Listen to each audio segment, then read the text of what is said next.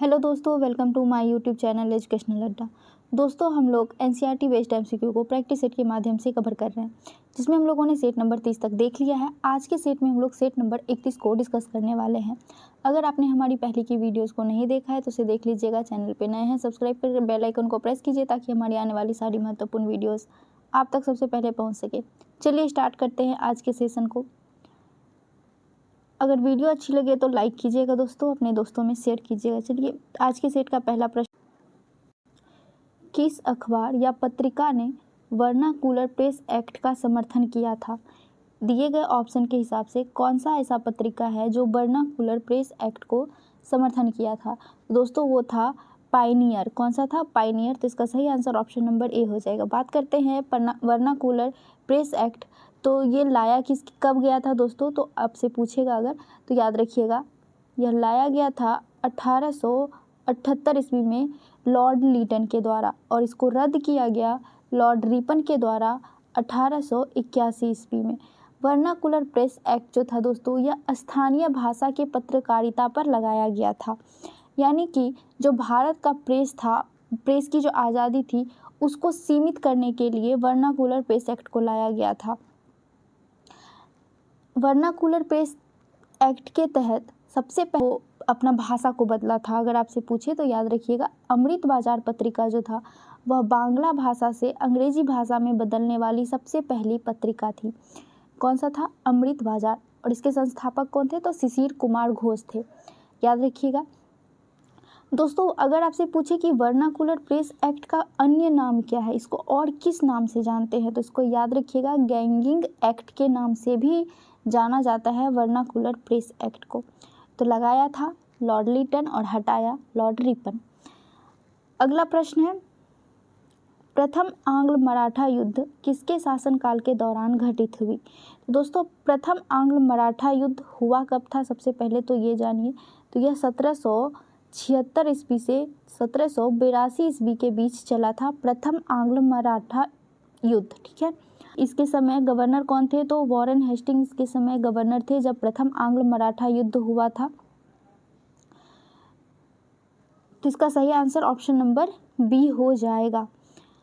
दोस्तों अगर आपसे पूछे कि प्रथम आंग्ल मराठा युद्ध किस संधि के द्वारा समाप्त किया गया, तो सालाबाई संधि के द्वारा प्रथम आंग्ल मराठा युद्ध को समाप्त किया गया था। याद रखिएगा। अगला प्रश्न है, उस्ताद मंसूरी किसके दरबार में प्रमुख चित्रकार थे? तो दोस्तों उस्ताद मंसूर जो थे वह जहांगीर के समय का प्रमुख चित्रकार था। किसके समय का? तो जहांगीर के समय का प्रमुख चित्रकार था उस्ताद मंसूरी। दोस्तों जहांगीर स्वयं भी एक कुशल चित्रकार था। तो इसका सही answer option number C Jahangir होगा। अगला प्रश्न है, द्वैतवाद सिद्धांत के प्रतिपादक कौन थे? तो दोस्तों द्वैतवाद सिद्धांत के प्रतिपादक माधवाचार्य थे। कौन थे? माधवाचार्य थे द्वैतवाद सिद्धांत के प्रतिपादक। शंकराचार्य किसके प्रतिपादक थे? तो शंकराचार्य थे अद्वैतवाद के। रामानुजाचार्य थे विशिष्ट द्वैतवाद के, और निम्बकाचार्य द्वैतवाद का सिद्धांत दिया था। तो इसमें पूछा है द्वैतवाद सिद्धांत, तो माधवाचार्य। याद रखिएगा। बाकी जो मैंने चारों बताया वो चारों भी काफ़ी महत्वपूर्ण प्रश्न है जो कि आए दिन एग्जाम में पूछे जाते हैं। आपको कभी कभी मिलान करने के लिए भी दे दिया जाता है, तो उस प्रश्न के नज़रिए से ये काफ़ी महत्वपूर्ण होगा। तो इसको याद रखिएगा, शंकराचार्य, अद्वैतवाद, रामानुजाचार्य विशिष्ट द्वैतवाद, और निम्बकाचार्य द्वैतवाद। अगला प्रश्न है, दीवाने कोही विभाग की स्थापना किस शासक ने की थी? तो दोस्तों दीवाने कोही विभाग की स्थापना मोहम्मद बिन तुगलक के द्वारा किया गया था। मोहम्मद बिन तुगलक के द्वारा दीवाने कोही विभाग की स्थापना किया गया था, जो कि कृषि से संबंधित था। इसका उद्देश्य क्या था? तो दोस्तों दोआब में खेती की स्थिति को सुधार करना दीवाने कोही का उद्देश्य था। यानी जिस किसान को खेती करने में असुविधा हो रही है उसको, या फिर उसको इकोनॉमी प्रॉब्लम हो रहा है, उसके पैसे की कमी है, तो ऐसे किसानों को ऋण देकर उसकी खेती की स्थिति में सुधार लाना दीवाने कोही का विभाग का मेन उद्देश्य था। तो इसका सही answer option number A Mohammad bin Tughlaq हो जाएगा। अगला प्रश्न है, लोहार वंश का संस्थापक निम्नलिखित में से कौन था? तो दोस्तों लोहार वंश का संस्थापक संग्राम राज था। कौन था? संग्राम राज ने 1003 ईस्वी में लोहार वंश की स्थापना की और 1028 ईस्वी तक इन्होंने शासन किया। इसका सही आंसर ऑप्शन नंबर बी संग्राम राज हो जाएगा। अगला प्रश्न है, किस विद्वान ने बिंदुसार को 16 राज्यों का विजेता बताया है? तो दोस्तों बिंदुसार को 16 राज्यों का विजेता बताने वाले विद्वान जो थे वो तारकनाथ थे। कौन थे? तारकनाथ, जो कि एक बौद्ध विद्वान थे। तो इसका सही answer option number B Taraknath हो जाएगा। अगला प्रश्न है, बृहदेश्वर मंदिर कहाँ स्थित है? दोस्तों बृहदेश्वर मंदिर जो है यह तंजौर तमिलनाडु में स्थित है। कहाँ स्थित है? तमिलनाडु के तंजौर में स्थित है बृहदेश्वर मंदिर, जिसका निर्माण 1010 ईस्वी में राजराज प्रथम ने किया था। किसने किया था? राजराज प्रथम ने बृहदेश्वर मंदिर का निर्माण 1010 ईस्वी में तमिलनाडु के तंजौर में किया था। दोस्तों बृहदेश्वर मंदिर में किसकी मूर्ति है? तो याद रखिएगा शिव जी का नृत्य करते हुआ मुद्रा में मूर्ति रखा गया है, यानी कि शिव जी के नटराज का जो स्वरूप है वो बृहदेश्वर मंदिर में स्थित है। अगला प्रश्न है, निम्नलिखित में से कौन सा वेद कन्याओं का जन्म की निंदा करता है? कौन सा ऐसा वेद है जो कन्याओं की जन्म का निंदा करता है? तो वो है अथर्ववेद। कौन सा वेद है? अथर्ववेद। 4 वेद है, ऋग्वेद, सामवेद, यजुर्वेद और अथर्ववेद। अथर्ववेद जो है वो सबसे बाद में जोड़ी गई वेद है, सबसे नवीनतम वेद है अथर्ववेद। दोस्तों अथर्ववेद में जादू टोना, वशीकरण और वर्तमान जीवन के विभिन्न पहलुओं के बारे में चर्चा किया गया है। अगला प्रश्न है,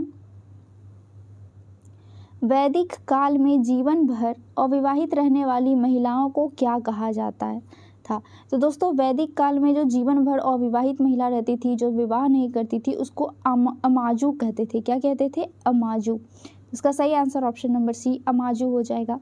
अगला प्रश्न है, किस ग्रह का विशिष्ट गुण उसके चुंबकीय क्षेत्र का होना है?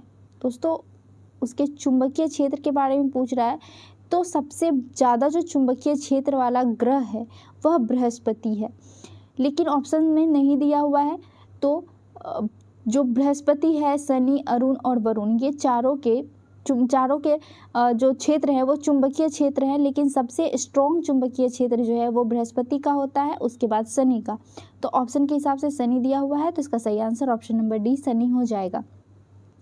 अगला प्रश्न है, भूमध्य सागर का प्रकाश स्तंभ किस ज्वालामुखी को कहा जाता है?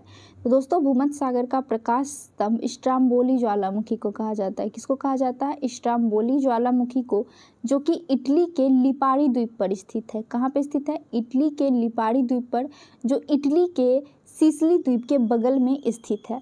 तो इसको स्ट्राम्बोली ज्वालामुखी को भूमध्य सागर का प्रकाश स्तंभ भी कहते हैं। तो इसका सही आंसर ऑप्शन नंबर डी होगा।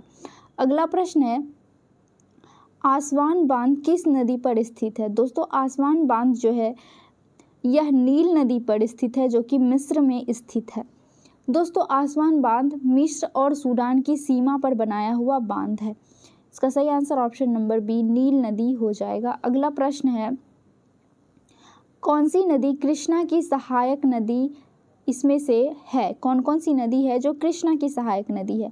तो वो कृष्णा की सहायक नदी आपको बता दें, मूसी, कोयना, दूध गंगा, वान गंगा, पंचगंगा, तुंगभद्रा, घाट प्रभा, भीमा, ये सारे जो हैं वो कृष्णा की सहायक नदियां हैं। तो इसमें से दिए हुए ऑप्शन में मूसी, दूधगंगा और कोयना, ये तीनों जो है वो कृष्णा की सहायक नदी है, जबकि जलांगी जो है यह वेस्ट बंगाल में जो भागीरथी यानी गंगा से अलग होकर जो बनी है नदी, भागीरथी नदी, उसकी सहायक नदी है जलांगी नदी। तो इसमें दिए हुए ऑप्शन के हिसाब से 1, 2 और 3 ऑप्शन नंबर बी जो है वो सही हो जाएगा। अगला प्रश्न है, भारत में सर्वाधिक वर्षा किस मानसून के कारण होती है? दोस्तों भारत में जो सबसे ज़्यादा वर्षा होती है वह दक्षिण पश्चिम मानसून की वजह से होती है। किसकी वजह से होती है? दक्षिण पश्चिम मानसून की वजह से लगभग 80% वर्षा, 80 से 86% वर्षा जो है वो दक्षिण पश्चिम मानसून की वजह से होता है, जो कि हिंद महासागर से उत्पन्न होती है। दोस्तों यह मानसून चलता कब से कब तक है, तो यह मानसून जून से लेकर सितंबर तक चलता है। कब से कब तक चलता है, जून से सितंबर तक। इसका सही आंसर ऑप्शन नंबर ए हो जाएगा। अगला प्रश्न है, पड़ोसी देश बांग्लादेश के साथ कितने भारतीय राज्य सीमा साझा करते हैं। तो दोस्तों बांग्लादेश के साथ टोटल 5 राज्य जो है, 5 भारतीय राज्य सीमा साझा करते हैं। उसमें कौन कौन से हैं, तो याद रखिएगा, पश्चिम बंगाल, असम, मेघालय, मिजोरम और त्रिपुरा। ये 5 राज्य हैं जो कि बांग्लादेश के साथ सीमा साझा करते हैं, जिसमें त्रिपुरा जो है वो दोस्तों 3 तरफ से बांग्लादेश से घिरा हुआ है। अगला प्रश्न है, भारत तथा चीन के मध्य मैकमोहन रेखा का निर्धारण किस वर्ष किया गया। तो दोस्तों भारत तथा चीन के मध्य मैकमोहन रेखा का निर्धारण शिमला समझौता के तहत 1914 ईस्वी में किया गया था। कब किया गया था, 3 जुलाई 1914 ईस्वी को मैकमोहन रेखा का निर्धारण किया गया था। अगला प्रश्न है, शिमला तथा मनाली का क्षेत्र हिमालय के किस श्रेणी के अंतर्गत आते हैं। दोस्तों शिमला तथा मनाली का जो क्षेत्र है वह लघु हिमालय के अंतर्गत आता है। इसका सही आंसर ऑप्शन नंबर डी हो जाएगा, लघु हिमालय। जबकि हिमाद्री बृहद हिमालय को कहते हैं और शिवालिक बाह्य हिमालय। अगला प्रश्न है, सीमा सुरक्षा बल की स्थापना किस वर्ष की गई थी। तो दोस्तों सीमा सुरक्षा बल की स्थापना 1965 ईस्वी को की गई थी, 1 दिसंबर 1965 को। इसका सही आंसर ऑप्शन नंबर सी होगा। अगला प्रश्न है, प्रायद्वीपीय भारत निम्न हिमयुगों में से किस युग में हिमनीकृत हुआ था। तो दोस्तों प्रायद्वीपीय भारत जो है यह प्लीस्टोसीन हिमयुग में हिमनीकृत हुआ था। तो इसका सही answer option number C Pleistocene हिमयुग हो जाएगा। अगला प्रश्न है, भारत के निम्नलिखित क्षेत्र में से किसमें भूतापीय ऊर्जा स्रोत नहीं पाए जाते हैं। दोस्तों कौन सा ऐसा भारत का क्षेत्र है जिसमें भूतापीय ऊर्जा स्रोत नहीं पाया जाता है। पहले तो आप जान लीजिए कि भूतापीय ऊर्जा स्रोत होता क्या है। तो भूतापीय ऊर्जा स्रोत जो है यह पृथ्वी के अंदर आंतरिक हिस्से में मौजूद ऊर्जा को ही भूतापीय ऊर्जा कहते हैं। इस भूतापीय ऊर्जा का प्रयोग करके विद्युत ऊर्जा उत्पन्न किया जाता है। ठीक है, तो ये भूतापीय ऊर्जा जो है यह गंगा डेल्टा क्षेत्र में नहीं पाया जाता। और यही पूछ रहा था कि कहाँ नहीं पाया जाता है भूतापीय ऊर्जा स्रोत, तो वो है गंगा डेल्टा। इसका सही आंसर ऑप्शन नंबर बी होगा। जबकि गोदावरी डेल्टा, हिमालय और पश्चिमी तट पे भूतापीय ऊर्जा स्रोत पाए जाते हैं। अगला प्रश्न है, राजनीति की रपटीली राहें पुस्तक के लेखक कौन है। दोस्तों राजनीति की रपटीली राहें, इसके लेखक अटल बिहारी वाजपेयी जी हैं। कौन है, अटल बिहारी वाजपेयी। इसका सही आंसर ऑप्शन नंबर सी होगा। अगला प्रश्न है, राष्ट्रीय पंचायती राज्य दिवस कब मनाया जाता है। तो राष्ट्रीय पंचायती राज्य दिवस 24 अप्रैल को मनाया जाता है। कब मनाया जाता है, 24 अप्रैल को। दोस्तों यह मनाया क्यों जाता है, तो 73वें संविधान संशोधन 1992 के तहत पंचायती राज्य की त्रिस्तरीय प्रणाली को लागू किया गया था। और इसी अधिनियम के याद में हर साल 24 अप्रैल को राष्ट्रीय पंचायती राज्य दिवस मनाया जाता है। अगला प्रश्न है, राष्ट्रीय आय समिति का गठन किसकी अध्यक्षता में किया गया था। तो दोस्तों राष्ट्रीय आय समिति का गठन पीसी महालनोबिस की अध्यक्षता में किया गया था। इसका सही answer option number B PC Mahalanobis है।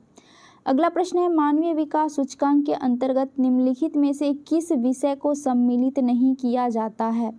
दोस्तों आप तो पहले ये जान लीजिए मानवीय विकास सूचकांक का जो मेन आधार है, किस आधार पर मानवीय विकास सूचकांक को जारी किया जाता है। तो उसमें शिक्षा, जीवन प्रत्याशा और प्रति व्यक्ति आय की गणना करके मानवीय विकास सूचकांक को निर्धारित किया जाता है। इसमें कौन सा सम्मिलित नहीं है पूछ रहा है, तो जनसंख्या जो है वो सम्मिलित नहीं होगा। बाकी शिक्षा, प्रति व्यक्ति आय और जीवन प्रत्याशा ये सम्मिलित हैं। इसका सही आंसर ऑप्शन नंबर ए हो जाएगा।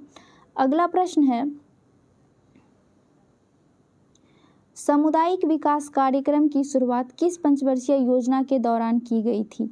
तो दोस्तों सामुदायिक विकास कार्यक्रम की शुरुआत प्रथम पंचवर्षीय योजना के दौरान किया गया था। और कब किया गया था, तो 2 अक्टूबर 1952 ईस्वी को शुरू किया गया था सामुदायिक विकास कार्यक्रम। अगर आपसे पूछे इसका उद्देश्य क्या है, तो याद रखिएगा ग्रामीण लोगों को समग्र विकास देना सामुदायिक विकास कार्यक्रम का उद्देश्य है। अगला प्रश्न है आर्थिक दृष्टि से विनिर्माण तथा बिजली निर्माण किस क्षेत्र के अंतर्गत आते हैं। तो दोस्तों विनिर्माण या फिर बिजली निर्माण या फिर उद्योग कह लीजिए, ये किस सेक्टर के अंतर्गत आता है। तो यह द्वितीय क्षेत्र के अंतर्गत आता है। इसका सही आंसर ऑप्शन नंबर बी द्वितीय क्षेत्र हो जाएगा। अगला प्रश्न है संविधान सभा द्वारा गठित सलाहकार समिति के अध्यक्ष कौन थे। क्या पूछ रहा है यहाँ पे, क्वेश्चन को अच्छे से पढ़िएगा। संविधान सभा द्वारा गठित सलाहकार समिति का अध्यक्ष कौन था। तो दोस्तों सलाहकार समिति का अध्यक्ष सरदार पटेल थे। कौन थे, सरदार वल्लभ भाई पटेल थे। तो इसका सही आंसर ऑप्शन नंबर सी हो जाएगा। सरदार वल्लभ भाई पटेल को लौह पुरुष के नाम से भी जानते हैं। अब बात करते हैं संविधान सभा की। तो दोस्तों संविधान सभा का गठन 6 दिसंबर 1946 ईस्वी को हुआ था। कब हुआ था, 6 दिसंबर 1946 ईस्वी को, जिसकी अध्यक्षता जवाहरलाल नेहरू जी के द्वारा किया गया था। अगर संविधान सभा की सिर्फ बात करें कि अध्यक्षता किसने की, तो जवाहरलाल नेहरू। और संविधान सभा के द्वारा गठित सलाहकार समिति की अध्यक्षता सरदार वल्लभ भाई पटेल ने की थी। अगला प्रश्न है उपराष्ट्रपति का पद किस देश के संविधान से लिया गया है। दोस्तों उपराष्ट्रपति का पद अमेरिका से लिया गया है। अमेरिका से और क्या क्या चीज़ें ली गई हैं आप हमें कमेंट करके बताइए। अगला प्रश्न है विधायकों तथा सांसदों द्वारा ली जाने वाली शपथ या प्रतिज्ञा का प्रारूप किस अनुसूची में वर्णित है। यानी कि सांसद के जो सदस्य होते हैं, जो विधायक होते हैं, उनकी शपथ की चर्चा किस अनुसूची के अंतर्गत की गई है।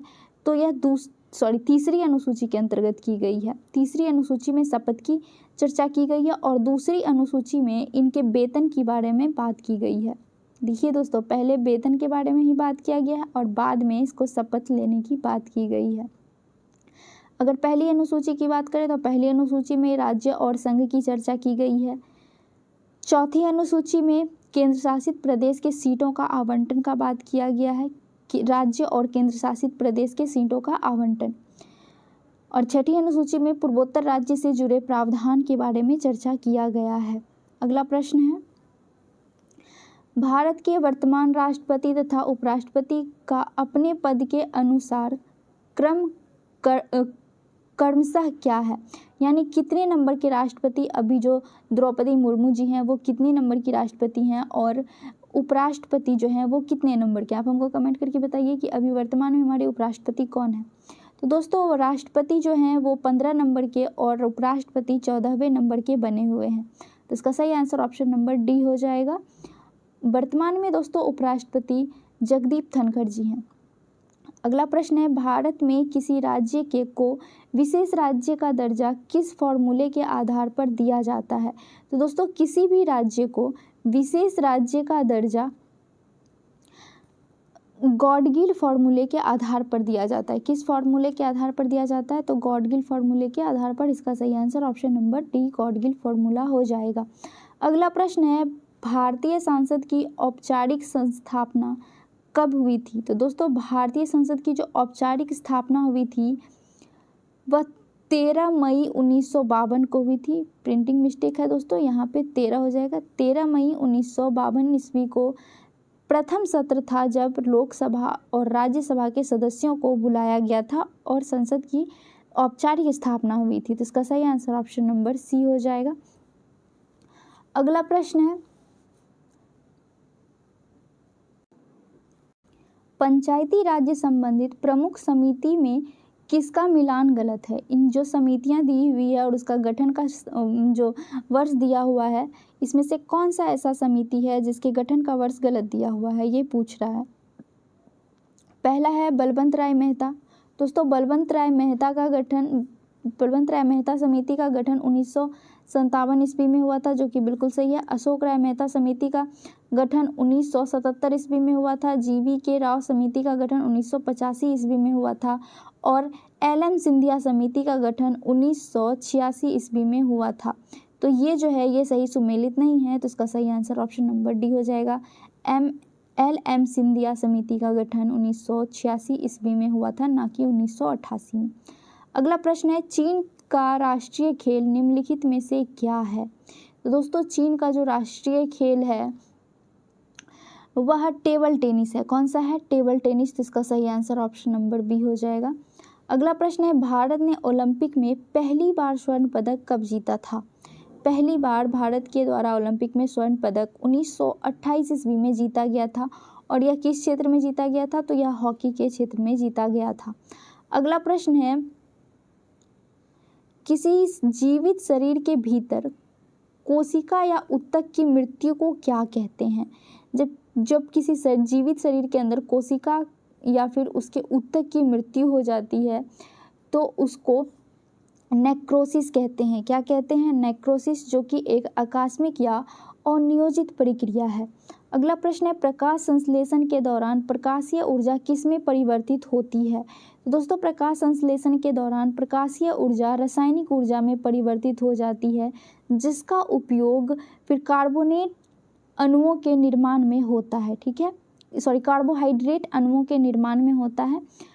अगला प्रश्न है, निम्नलिखित में कौन ग्रीन हाउस गैस का उदाहरण नहीं है? इसमें से कौन सा ऐसा गैस है जो कि ग्रीन हाउस गैस का उदाहरण नहीं है, जो ग्रीन हाउस गैस को बढ़ाने में उसकी कोई भी भूमिका नहीं है? तो वह है नाइट्रिक ऑक्साइड। जबकि जलवाष्प, कार्बन डाइऑक्साइड और CFC यानी क्लोरोफ्लोरोकार्बन, ये सभी ग्रीन हाउस गैस में आते हैं। अगला प्रश्न है, निम्नलिखित में से कौन सा जंतु स्तनपायी नहीं है? इसमें से दिए हुए ऑप्शन में कौन सा जंतु है जो स्तनपायी नहीं है, स्तनधारी नहीं है? तो वो हो जाएगा शार्क। शार्क जो है दोस्तों एक प्रकार की मछली है, ना कि स्तनधारी है। जबकि चूहा और चमगादड़ दोनों ही स्तनपायी जंतु हैं। अगला प्रश्न है, निम्नलिखित में से कौन मानव मूत्र का एक असामान्य घटक है? मानव मूत्र का असामान्य घटक इसमें से कौन सा है? तो आपको बता दें दोस्तों, मानव मूत्र का असामान्य घटक रक्त कोशिकाएं, ग्लूकोज और एल्ब्यूमिन होता है। कौन कौन सा होता है? रक्त कोशिका, ग्लूकोज और एल्ब्यूमिन। तो इसमें दिया हुआ है एल्ब्यूमिन, तो इसका सही आंसर ऑप्शन नंबर बी हो जाएगा। अगला प्रश्न है, 1.5 ओम के प्रतिरोध वाले परिपथ पर 150 वोल्ट लगाया जाता है तो प्रतिरोध द्वारा खर्च कुल शक्ति कितना होगा? तो दोस्तों, प्रतिरोध द्वारा खर्च कुल शक्ति 15,000 वाट होगा। कितना होगा? 15,000 वाट। तो इसका सही आंसर ऑप्शन नंबर डी हो जाएगा। अगला प्रश्न है, निम्नलिखित में से किसे विलयन भी कहा जाता है? तो दोस्तों, विलयन किसे कहते हैं? तो 2 या 2 से अधिक पदार्थों का समांगी मिश्रण को विलयन कहते हैं। तो इसमें समांगी मिश्रण जो है इसका सही आंसर हो जाएगा 2 या 2 पदार्थों से अधिक, 2 या 2 से अधिक पदार्थों के समांगी मिश्रण को विलयन कहते हैं। अगला प्रश्न है, तुल्यकारी उपग्रह के परिक्रमण की अवधि कितनी होती है? तो दोस्तों, तुल्यकारी उपग्रह की जो परिक्रमण अवधि है वह 24 घंटा होता है। यानी पृथ्वी के घूर्णन गति के जितना ही तुल्यकारी उपग्रह का परिक्रमण होता है। यह पृथ्वी के घूर्णन की दिशा में ही घूमता है दोस्तों। तो इसका सही आंसर ऑप्शन नंबर ए 24 घंटा हो जाएगा। अगला प्रश्न है, पेंडुलम को चांद पर ले जाने पर उसके आवर्तकाल पर क्या प्रभाव पड़ेगा? जब हम किसी पेंडुलम को चांद पर लेके चले जाएंगे तो उसका आवर्तकाल पर क्या प्रभाव पड़ेगा, ये पूछ रहा है। तो दोस्तों, उसका आवर्तकाल यानी पेंडुलम का जो आवर्तकाल है वो बढ़ जाएगा, जिसकी वजह से समय धीमी हो जाएंगी। और ये होता क्यों है? तो यह गुरुत्वाकर्षण की कमी की वजह से होता है और पेंडुलम जल्दी जल्दी से झूलने लगता है, जिसकी वजह से समय जो है वो धीमा हो जाता है। तो इसका सही आंसर ऑप्शन नंबर बी बढ़ जाएगा, पेंडुलम के आवर्तकाल। अगला प्रश्न है, एक्स किरणें किस प्रकार की तरंग है? तो दोस्तों, एक्स किरणें जो है यह एक विद्युत चुंबकीय तरंग है। किस प्रकार की तरंग है? तो विद्युत चुंबकीय तरंग है। इसका सही आंसर ऑप्शन नंबर सी हो जाएगा। अगला प्रश्न है, जब किसी वस्तु को 2 समानांतर समतल दर्पण के बीच में रखा जाता है तो बने हुए प्रतिबिंब की संख्या कितनी होती है? तो दोस्तों, जब 2 समानांतर समतल दर्पण के बीच में हम किसी वस्तु को रखेंगे तो पहला समतल दर्पण पर बनने वाला प्रतिबिंब दूसरे समतल दर्पण पर बनेगा और दूसरे समतल दर्पण पर बनने वाला प्रतिबिंब पहले समतल दर्पण पर बनेगा, जिसकी वजह से यह दोनों एक दूसरे पर काफ़ी बार बार रिपीट होगी, जिसकी वजह से प्रतिबिंबों की संख्या जो है वो अनंत हो जाएंगी। तो इसका सही आंसर ऑप्शन नंबर डी अनंत होगा। अगला प्रश्न है, वन्यता नामक रोग को किसके प्रयोग द्वारा दूर किया जाता है? वर्णजता जो है वह यानी कि कलर ब्लाइंडनेस, यह किसके द्वारा किसके प्रयोग से दूर किया जा सकता है इसको? तो दोस्तों अनुवांशिक रोग होता है कलर ब्लाइंडनेस, जिसको दूर नहीं किया जा सकता। तो इसका सही आंसर ऑप्शन नंबर डी हो जाएगा, उपयुक्त में से कोई भी नहीं। अगला प्रश्न है, निम्नलिखित में से कौन एक निष्क्रिय गैस का उदाहरण है? तो इसमें से निष्क्रिय गैस का उदाहरण ऑर्गन है। इसका सही आंसर ऑप्शन नंबर बी हो जाएगा, जो कि जिसका भी अष्टक पूरा होता है वो एक निष्क्रिय गैस होता है, यानी वो किसी से भी संयोजन नहीं करता है क्योंकि उसका अष्टक पहले से ही पूरा होता है। तो इसका सही आंसर ऑप्शन नंबर बी हो जाएगा, ऑर्गन। अगला प्रश्न है और आज के सेशन का लास्ट प्रश्न है। वीडियो कैसी लगी कमेंट में ज़रूर बताइएगा। प्रश्न है, आतिशबाजी में हरा रंग किसके कारण दिखाई पड़ता है? यानी जब आप किसी भी पटाखे को छोड़ते होंगे तो आप देखते होंगे उसमें हरा रंग, लाल रंग, पीला रंग सब कलर का होता है। तो वो जो हरा रंग होता है वह किस वजह से दिखाई देता है? तो बेरियम की वजह से, बेरियम की मौजूदगी की वजह से आतिशबाजी में हरा रंग दिखाई पड़ता है, जबकि स्ट्रॉन्शियम की वजह से लाल रंग, सोडियम की वजह से पीला रंग और कॉपर की वजह से नीला रंग दिखाई देता है। तो अगर आपसे लाल रंग पूछे तो स्ट्रॉन्शियम याद रखिएगा, पीला पूछे तो सोडियम और अगर नीला पूछे तो कॉपर की वजह से होता है। तो हमारा आज का सेशन यहीं तक था। वीडियो कैसी लगी कमेंट में बताइएगा, अपने दोस्तों से शेयर कीजिए, चैनल पे नए तो सब्सक्राइब कीजिए। मिलते हैं नेक्स्ट सेशन में नेक्स्ट सेट के साथ। जय हिंद।